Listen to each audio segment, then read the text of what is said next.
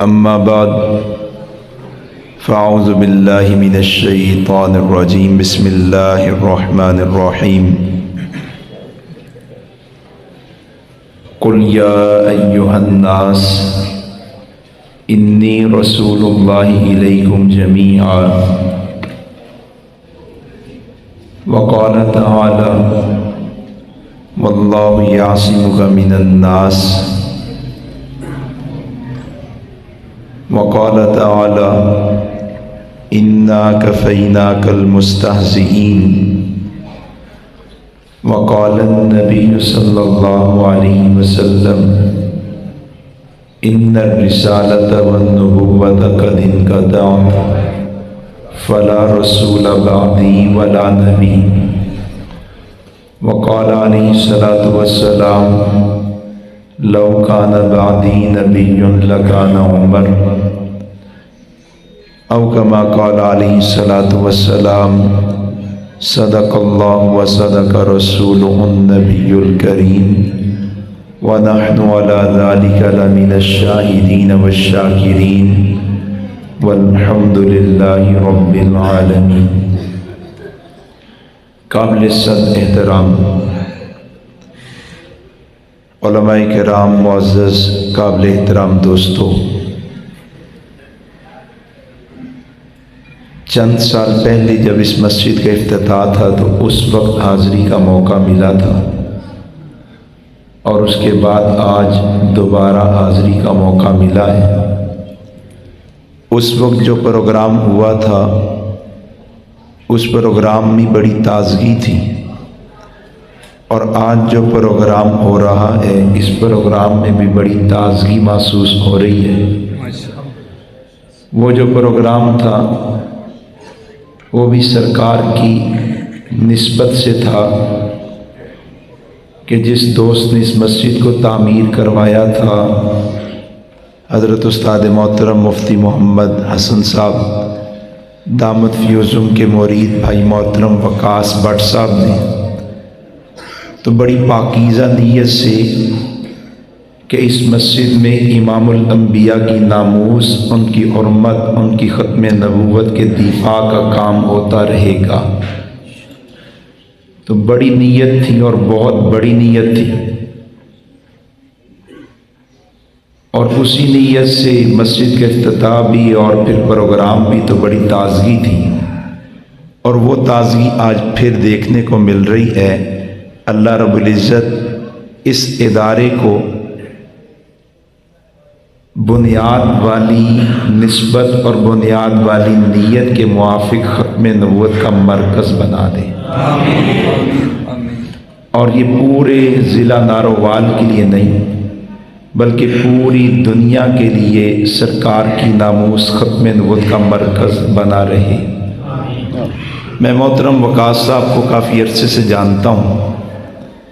اس مسجد کی تعمیر سے پہلے بھی جب ہم مشورہ کر رہے تھے کہ کس علاقے میں پیسے لگائے جائیں اور ختم کا مرکز بنایا جائے تو وہ بات بھی چلتی رہی، تو میں نے دیکھا وہ نوجوان اب تو داڑھی رکھ چکا ہے، اس وقت داڑھی بھی نہیں تھی، بڑا مخلص ہے اور حضور کا بڑا عاشق ہے، اور گستاخان رسول اور قادیانیوں سے شدید نفرت رکھنے والا ہے، اور کردار کا غازی ہے، صرف گفتار کا نہیں، کہ جب بھی اسے ناموس پیغمبر ختم کے عنوان پر کوئی بات کہی تو وہ کہتا ہے میرا مال، میری جان، میرا وقت، میرے تعلقات سبھی میرے محبوب پر قربان ہو جائیں، اور وہ واقعتاً ایسا ہی جذبہ رکھتا ہے۔ جہاں تک مجھے یاد ہے شاید اس علاقے میں ان کے کوئی عزیز رشتہ دار بھی ہیں، اللہ تعالیٰ ان کے رشتہ داروں کو بھی انہی کی لائن پر لگائے۔ تو بہرحال میں آیا تو مجھے وہی تازگی ملی جو آج سے چند سال پہلے ملی تھی۔ اللہ تعالیٰ اس باغ و بہار کو باقی رکھے اور یہاں سے ناموس رسالت ختم کی مضبوط آواز جاری رہے۔ اللہ رب العزت نے انسانیت کی تخلیق کے بعد اس کی رشد کے لیے، ہدایت کے لیے، فلاح کے لیے، کامیابی کے لیے بڑا ہی نورانی، پاکیزہ اور مبارک سلسلہ شروع فرمایا، جس کی ابتدا ابو البشر حضرت آدم علیہ السلام سے ہوئی ہے اور انتہا سید البشر، امام الانبیاء، خاتم الانبیاء، نبی الانبیاء، محمد الرسول اللہ صلی اللہ علیہ وآلہ وسلم کی ذات پر ہوئی ہے۔ جیسے حضرت آدم سے پہلے اس دھرتی پر اللہ نے کسی کو نبوت دے کر نہیں بھیجا، ایسے ہی امام الانبیاء کے بعد اس دھرتی پر اللہ کسی کو نبوت دے کر نہیں بھیجیں گے۔ اس عقیدے کو اسلام عقیدہ ختم نبوت کہتا ہے۔ عقیدہ ختم نبوت ہمارے مذہب کی بنیاد ہے، ہمارے مذہب کے لیے شاہرگ کی حیثیت رکھتا ہے، ہمارے مذہب کے لیے روح کی، دل کی مانند ہے۔ عقیدہ ختم نبوت ہمارے نبی کی وجہ امتیاز ہے، اور عقیدہ ختم نبوت کا دفاع یہ ہر ایک مسلمان کی ذمہ داری بھی ہے، اور ہر ایک مسلمان کے لیے بہت بڑی سعادت بھی ہے۔ تین باتیں عرض کی ہیں۔ پہلی بات، عقیدہ ختم نبوت مرکز اسلام ہے۔ عقیدہ ختم نبوت اسلام کی شارک ہے، بلکہ اگر آپ اس کو تھوڑا اور کھولیں تو آپ کہیں گے کہ ذات پیغمبر، نبی کی نبوت، نبی کی ختم نبوت اسلام کی بنیاد ہے، اسلام کا دل ہے، اسلام کی شارک ہے، اسلام کی روح ہے۔ یعنی جو حیثیت ایک عمارت میں بنیاد کو ہوتی ہے، اسلام میں کملی والے کی ذات کو اس سے زیادہ حیثیت حاصل ہے۔ جو حیثیت ایک بدن میں دل کو، شارک کو، روح کو حاصل ہوتی ہے، اسلام میں کملی والے کی ذات، آپ کی نبوت، آپ کی ختم نبوت کو اس سے زیادہ حیثیت، اہمیت حاصل ہے۔ ایک دل کی دھڑکن بند ہو جائے، پورا وجود بے حرکت رہ جاتا ہے۔ ایک روح بدن سے نکل جائے، پورا بدن بیکار ہو جاتا ہے۔ شارک کٹ جائے، بقیہ اعضاء دفاع پر طاقت نہیں رکھتے۔ اسلام کی شارک کا نام محمد الرسول اللہ ہے۔ اسلام کے دل کا نام کملی والے کی نبوت ہے۔ اسلام کی روح کا نام کملی والے کی ختم نبوت ہے۔ اگر ذات پیغمبر محفوظ نہ ہو، نبی کی نبوت محفوظ نہ ہو، کملی والے کی ختم نبوت محفوظ نہ ہو، تو خدا کی قسم اسلام محفوظ نہیں رہ سکتا، چونکہ پورا مذہب نبی سے ملا ہے۔ ہم جو غیب کو مانتے ہیں، ہم جو بغیر دیکھے اللہ کو، نبیوں کو، فرشتوں کو، جنت کو، جہنم کو، کندھوں پر موجود فرشتوں کو مانتے ہیں، قبر کی تنگی وسعت کو مانتے ہیں، سبب امام الانبیاء کی ذات ہے۔ ہم نے نبی کی ذات کو مان لیا، آپ کی ذات پر اعتماد کیا، کملی والے نے بتا دیا کہ اللہ ہے اور ایک ہے، نبی کی ذات پر اعتماد کر کے اپنے بغیر دیکھے اللہ کو مان لیا۔ آپ نے بتا دیا 1,24,000 انبیاء دنیا میں آئے، نبی کی ذات پر اعتماد کر کے اپنے بغیر دیکھے نبیوں کو مان لیا۔ آپ نے بتا دیا فرشتے خدا کی مخلوق ہے، نبی کی ذات پر اعتماد کر کے اپنے بغیر دیکھے فرشتوں کو مان لیا۔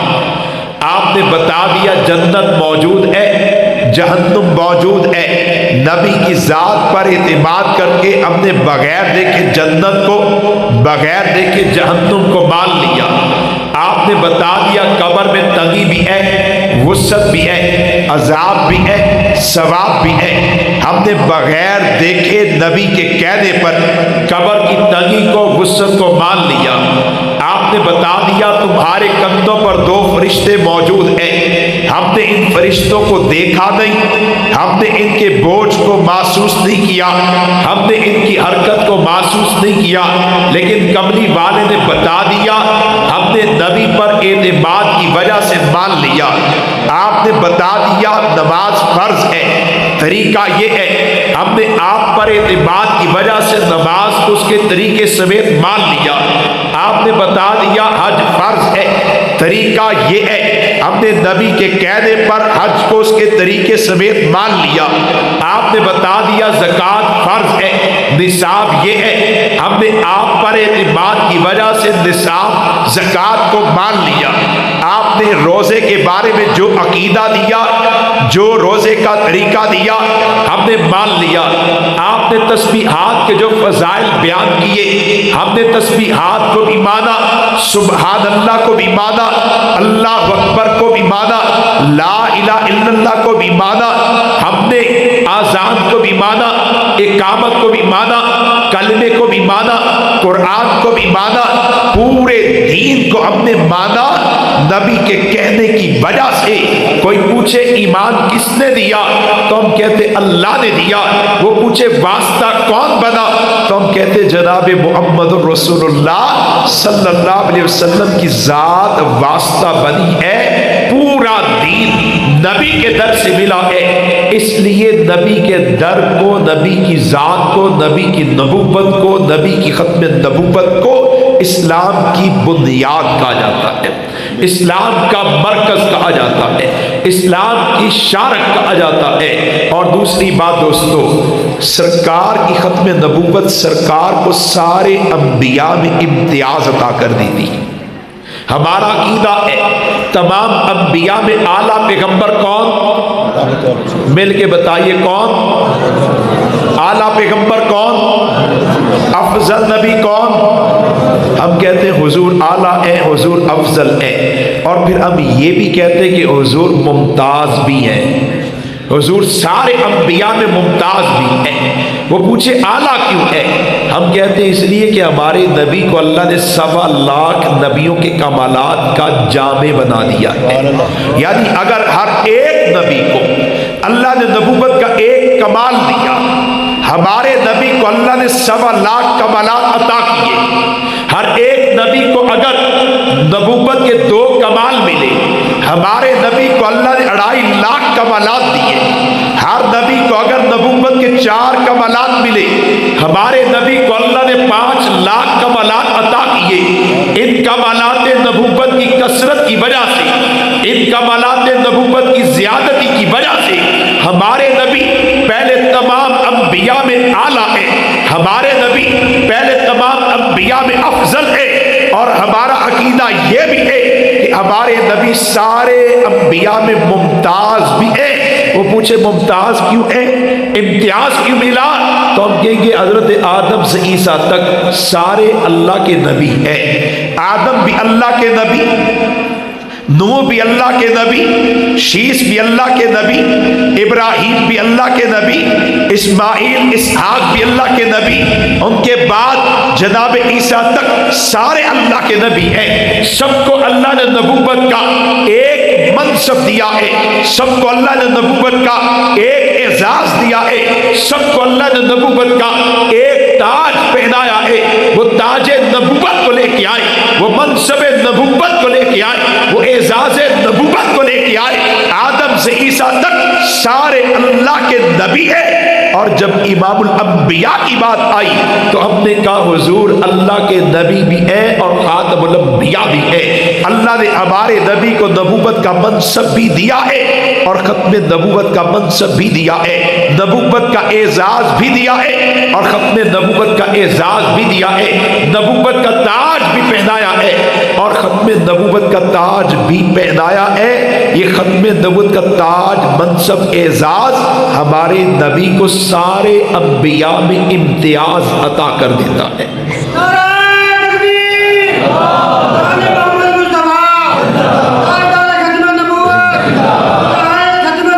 زندہ باد۔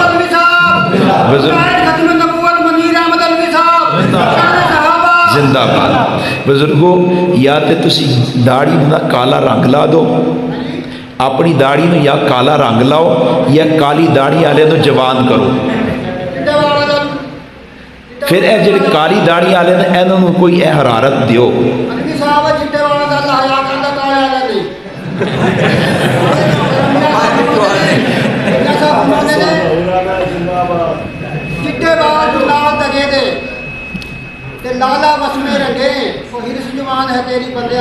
اچھا میں سچی دسنا، بزرگ جو نعرہ لاندے نے جمان لگتے ہیں کہ نہیں، تو انہاں دے نعرے تو رب کنا راضی ہوتا ہے، لیکن نال نال کالی داڑے والوں نے تھوڑا شرم کرنا چاہیے کہ بابا جی جنہ جوش ہے، شادی کوئی ہے۔ اوہو اچھا اچھا سبحان اللہ ماشاء اللہ، بے جذبہ جی جڑا تانوں اج تے لے گیا،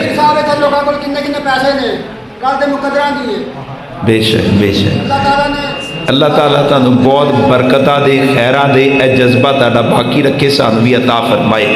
تو دوسری بات کیا، سرکار سارے انبیاء میں ممتاز کس عقیدے کی وجہ سے؟ مل کے بتائی کس عقیدے کی وجہ سے؟ ختم نبوت۔ حضور کے پاس امتیاز ہے ختم نبوت کی وجہ سے، اور خدا کی قسم آپ حضور کو پہلے انبیاء کے ساتھ تقابلی طور پر دیکھیں تو حضور آپ کو ہر ایک پہلو سے ممتاز نظر آتے ہیں۔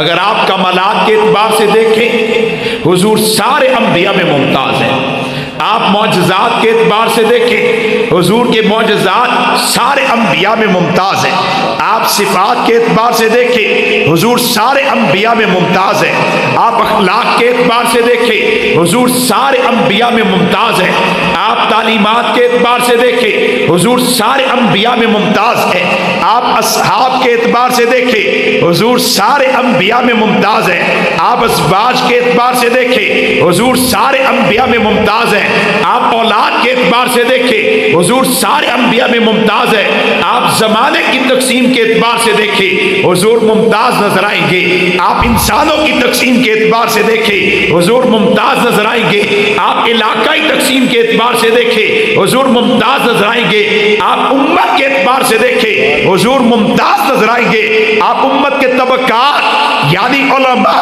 فقہاء، محدثین، مفسرین، مجاہدین، مبلغین، محافظین، صوفیاء، ان طبقات کے اعتبار سے دیکھیں اللہ کی قسم حضور یہاں بھی آپ کو سارے انبیاء میں ممتاز نظر آتے ہیں، اور اس امتیاز کی وجہ اس سرکار کی نبوت نہیں ہے، اس امتیاز کی وجہ سرکار کی ختم نبوت ہے۔